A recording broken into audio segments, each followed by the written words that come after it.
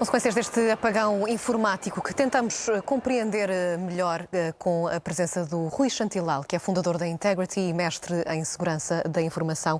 Muito boa tarde, bem-vindo ao CNN Fim de Tarde. Antes de aprofundarmos a análise, vamos tentar relembrar e perceber melhor o que está na origem desta falha informática, para quem ainda não percebeu o que é que se passou, como é que se pode simplificar o que é que aconteceu. Olá, boa tarde, obrigado pelo convite. Bom, como sabe, o sistema operativo Windows é o sistema operativo mais utilizado no mundo. Existem outros, mas tipicamente o Windows é o mais utilizado.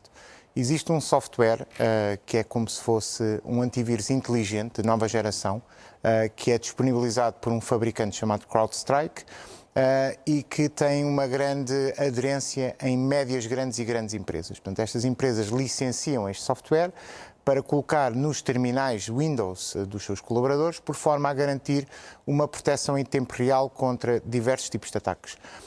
Este tipo de software, tal e qual como acontece, por exemplo, com o nosso telemóvel, que de vez em quando recebe uma atualização, estas atualizações geralmente resolvem ou problemas de segurança ou resolvem problemas funcionais. Existiu uma atualização automática por parte da CrowdStrike, que foi enviada para todos os computadores que estavam a utilizar este sensor, o Falcon, que é o nome do sensor da CrowdStrike, só que no pacote de atualização vinha um fecheiro que estava danificado. Ora, ao este fecheiro estar danificado, faz com que quando o Windows tenta arrancar, depende de um fecheiro danificado, não consegue e no fundo fica em loop infinito sem conseguir arrancar. Isto seria um problema que teria uma resolução muito fácil e, na verdade, a resolução disponibilizada pela CrowdStrike foi relativamente simples, que é fazer um novo update que resolve o problema. Sim. A questão é, quando os computadores não conseguem arrancar, eles não estão online. Ao não estarem online, não conseguem ser contactados para fazer a correção. E, portanto, o grande impacto é que a correção deste sistema tem que ser física, ou seja, alguém tem que ir ao computador ou ter instruções de como fazer e repare. Estamos a falar apenas de apagar um fecheiro que está danificado. Só que imagine ter que fazer isto em milhões de computadores.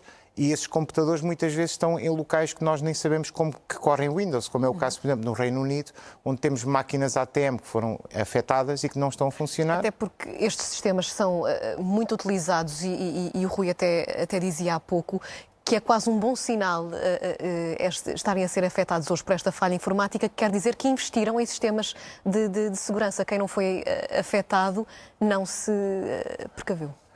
É verdade.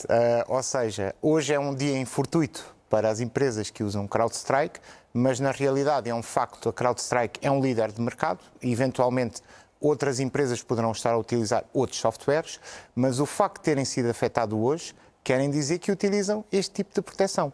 Quem não usa, certamente que hoje não foi afetado. Por outro lado, no resto dos 364 dias do ano, em que eventualmente este problema não se repete, eles estão protegidos contra algumas ameaças que efetivamente são cobertas por este tipo de software. A verdade é que esta falha informática mostra-nos também o quão dependentes é que estamos dos sistemas informáticos e depois, quando existem este tipo de falhas, quão vulneráveis é que ficamos enquanto sociedade.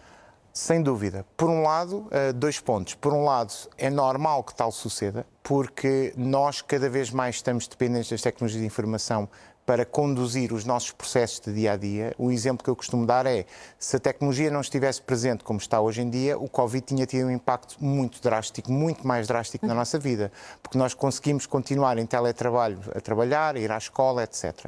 Agora, na verdade, o que acontece, por outro lado, é que sempre que existe uma evolução, existem novos riscos e existem estas dependências que têm que, de facto, ser geridas. Não é? Há maneiras de retirar lições desta falha informática, ou seja, há maneira de evitar um problema semelhante a este no futuro?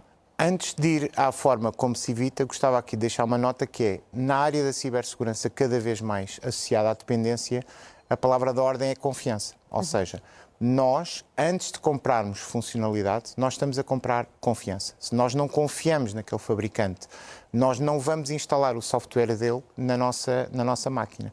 O que acontece é que a CrowdStrike é uma empresa que vale 80 bilhões, pelo menos valia ontem, hoje vale menos. E, portanto, é normal que nós confiemos, porque existe aqui uma cadeia de valor, é normal que nós confiemos numa empresa do tamanho da CrowdStrike. Se isto deveria ter acontecido, não deveria ter acontecido. Uma analogia para quem não é da área da tecnologia, isto era um bocadinho, por exemplo, como Imagina uma farmacêutica enviar insulina em unidoses para milhares de hospitais e essa insulina está estragada, por exemplo. E, portanto, ou seja, isto não deveria ter acontecido, ponto. Por outro lado, como é que nós podemos precaver? A verdade é que as empresas têm que fazer planos de contingência a prever estas situações, mas, na realidade, no final do dia, isto é uma decisão de custo-benefício de negócio. Vou dar um exemplo. Imagine, por exemplo, no caso da Ryanair, que é uma das entidades afetadas, Sim. o plano de contingência poderia ser, olha, temos aqui este terminal Windows que nos ajuda a fazer o check-in. Se algum dia isto falhar, o que é que fazemos? Ok, podemos ter aqui um terminal Linux, que é outro sistema operativo, parado, à espera que isso aconteça. Vamos duplicar os terminais à espera de um dia que pode nunca ocorrer. O custo-benefício está lá e, na realidade, a pergunta que se coloca é quem é que vai pagar esse terminal que está parado? Porque isso tem É o passageiro. É o passageiro. custos. E, portanto, na verdade, quando nós falamos de risco, porque isto estamos a falar de risco, o risco é a função entre a probabilidade de ocorrência e o impacto. E é isto que é levado em consideração. No final do dia, é uma decisão de gestão. Muito bem. Rui Chantilal, agradecemos. Muito a obrigado análise e a pelo presença. convite. Boa tarde. Obrigado.